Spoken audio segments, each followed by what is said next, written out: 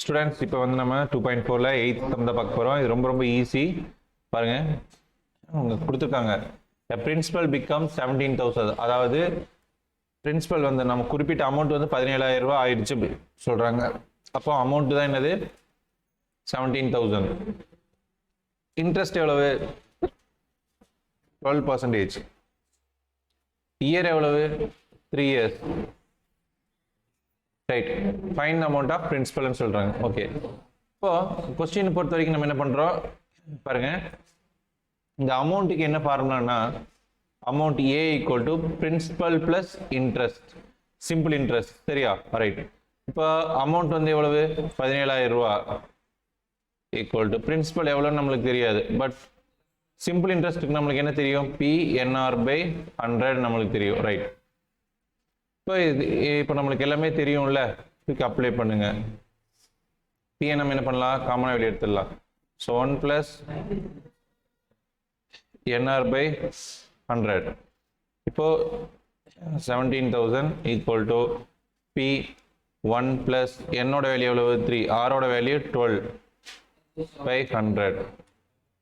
பாருங்க, 17,000 equal to P1 + 36/100. இப்போ இங்கே இது ஆட் பண்ணினது 136 வரும். பாருங்க, 17,000 P இன்ட்டு பாருங்க, இது LCM எடுத்தால் இங்கே 1. ஸோ 100 + 36/100 ஆகும். 17,000 equal to P into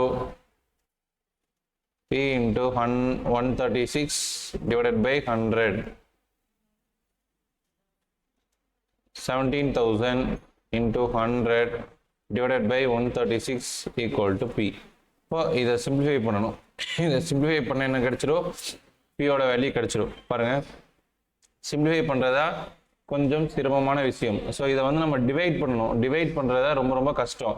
so இதை நான் ஆல்ரெடி டிவைட் பண்ணிட்டேன். பாருங்க, ஸோ இதை சிம்பிளிஃபை பண்ணால் Pயோட வேல்யூ என்னன்னா 12,500